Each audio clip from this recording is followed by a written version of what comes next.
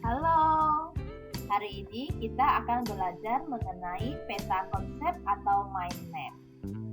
Di sini tujuan anak-anak mempelajari adalah agar anak-anak bisa membuat sebuah peta konsep atau mind map.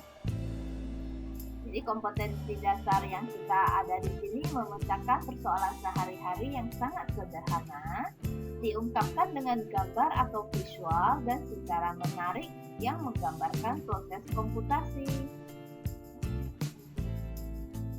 Sebelum itu, kita harus tahu dulu apa itu peta konsep atau mind map. Jadi mind map atau peta konsep itu informasi visual artinya bisa dilihat ya, atau rencana yang dirangkum atau disusun secara rapi dan biasanya digambarkan. Kalau seperti ini yang anak-anak lihat sekarang, ini bukan mind map karena bukan dalam bentuk gambar-gambar, ini hanya tulisan, jadi ini bukan mind map. Biasanya peta konsep atau mind map itu dalam bentuk gambar-gambar, nanti kita akan lihat contohnya. Mind map itu untuk apa sih? Kenapa kita mau pakai mind map atau peta konsep? Jadi mind map itu memudahkan kita untuk mensusun, mengorganisasi, mengingat, menyusun pemikiran dan informasi pembelajaran ataupun rencana dengan cara khusus. Jadi mind map dan peta konsep ini bisa dipakai dalam banyak hal.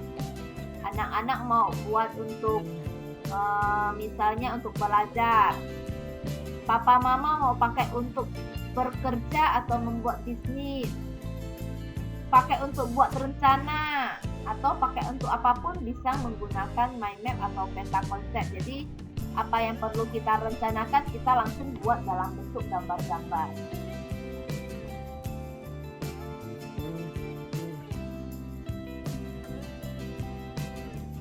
Bagaimana cara membuat peta konsep atau mind map? Di sini buku 7 langkah.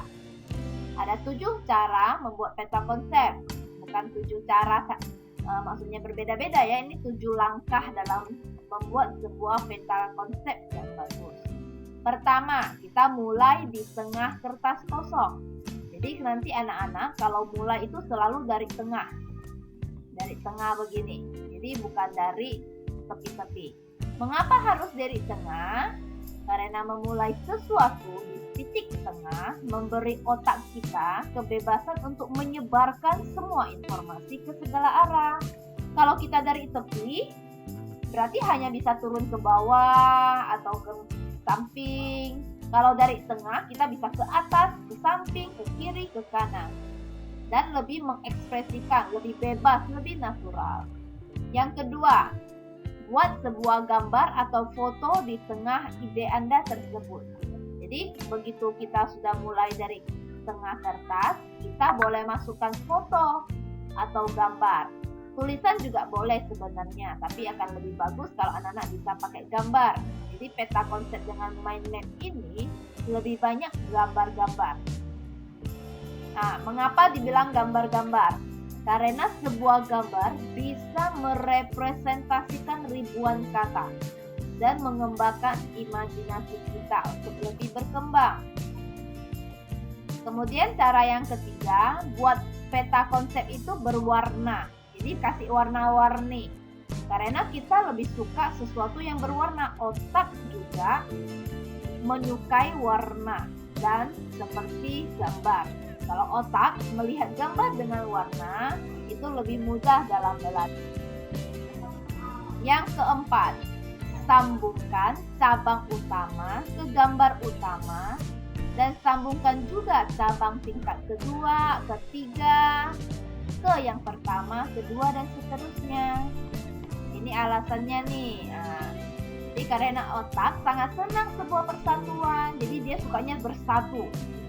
Jadi kita tuh harus hubung-hubungkan, banyak informasi dihubungkan semuanya jadi satu agar lebih mudah diingat.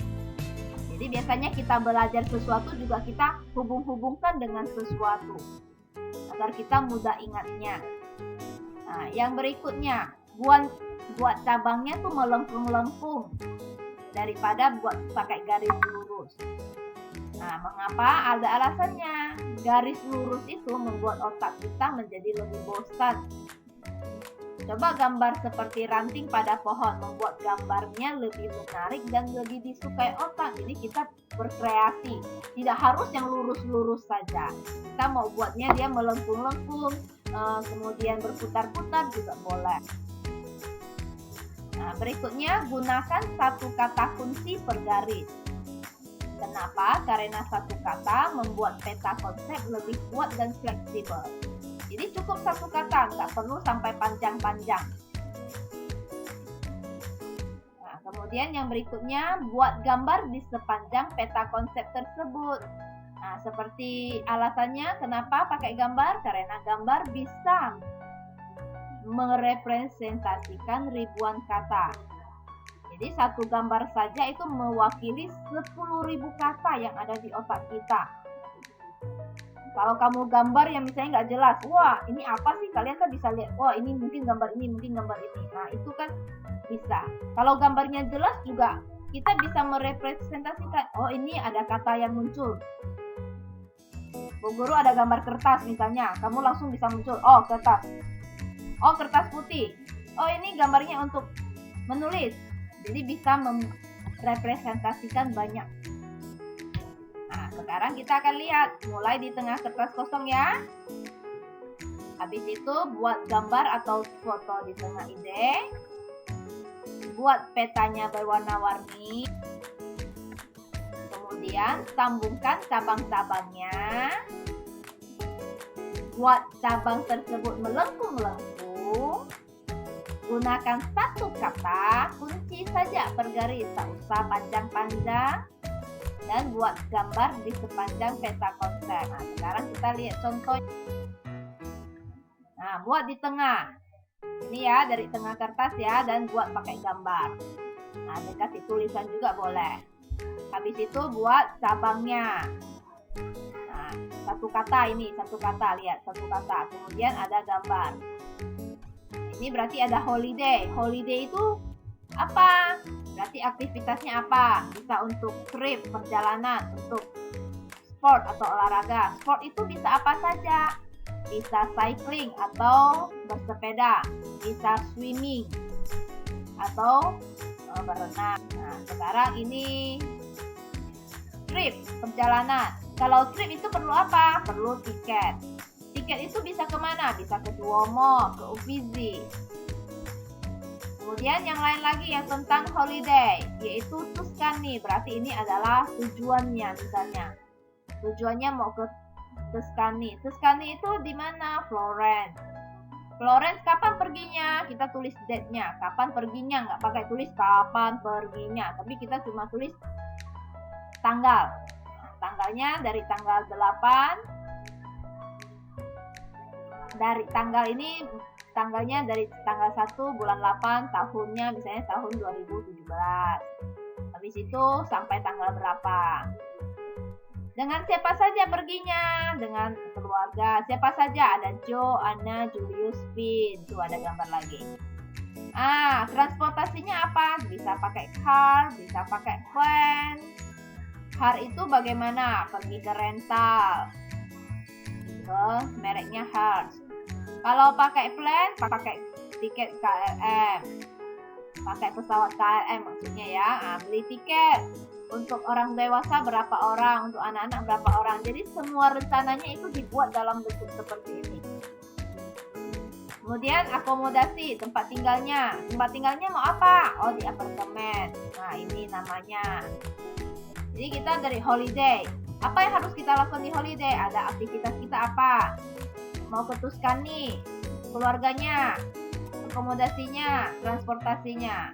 Jadi ini membuat peta konsep untuk holiday yang akan dilakukan. Apapun yang kamu mau, misalnya barang apa yang harus dibawa, boleh juga ditulis di sini, biar kita nggak kelupaan kan. Nah, sekarang contoh kedua, misalnya tentang family. Family ada siapa saja. Nah, jadi kalau pakai tulisan juga boleh ya. Atau keluarga, kalau dalam bahasa Indonesia. Family ada siapa? Ada ayah, ada ibu, ada nenek, ada kakek, paman, anak, VB. Nah, jadi kita tinggal buat cabang dia. Dia cabang keluar. Nah, cabang keluar. Ya, seperti ini ya. Jadi ini juga peta konsep yang sederhana. Contoh, ini contohnya. Misalnya, bagaimana cara mencatat yang efektif? Nah, habis itu dia ada cabangnya. Yang pertama, kiatnya. Bagaimana? Habis itu ada lagi pentingnya. Kenapa penting? Pentingnya apa? Untuk apa mencatat efektif? Langkah-langkahnya bagaimana? Nah, kemudian peta pikiran. Peta pikiran itulah mind map-nya ya. Nah, sekarang kita lihat kiatnya apa saja. Dikasih cabang kiat untuk mencatat efektif. Ada bebas, huruf kapital ya, horizontal, proaktif, ulang. Jadi apapun yang ada kamu pikirkan itu yang kamu buatkan di dalam cabang-cabang. Nah, kalau pentingnya itu apa? Menyerap, untuk daya ingat, untuk hemat waktu. Nah, kalau menyerap apa? Di sini lagi ada poin-poinnya yang terkait menyerap. Daya ingat, yang terkait daya ingat, bagaimana caranya. Nah, kemudian peta pikirannya. Kalau mau buat peta pikiran pakai apa? Kertas kosong. Kertas kosongnya yang bagaimana? Ya tanpa garis. Kemudian ada pulpen. Pulpennya bagaimana? Warna-warni. Nah, ingat otak. Mind map kan, mind itu otak. Habis itu imajinasi kita. Kita harus kembangkan daya imajinasi kita. Ada langkah mencatat efektif di tengah kertas. Berarti dia buatnya pakai mind map. Mencatat efektif itu dia pakai mind map artinya. Langkahnya di tengah kertas. Ide sentralnya. Ini kan cara yang tadi kita buat kan? Langkah-langkah membuat mind map kan? Ada di tengah kertas.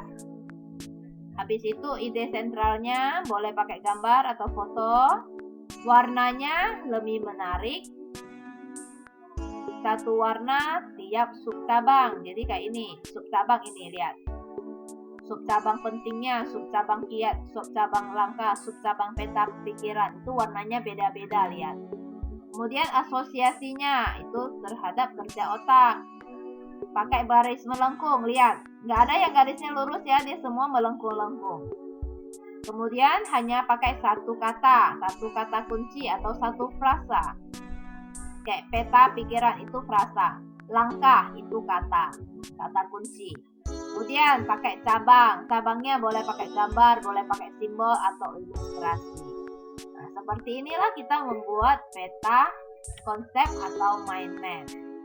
Nah, nanti kita akan mencoba untuk membuat peta konsep untuk input, proses, dan output pada komputer.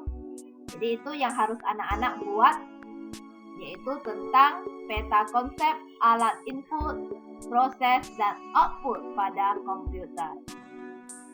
Boleh mengikuti cara-cara yang sudah dikasih tahu di sini. Oke, sekian dulu penjelasannya. Silakan mencoba mengerjakan atau membuat peta konsep. Oke, selamat mengerjakan. Terima kasih. Dadah.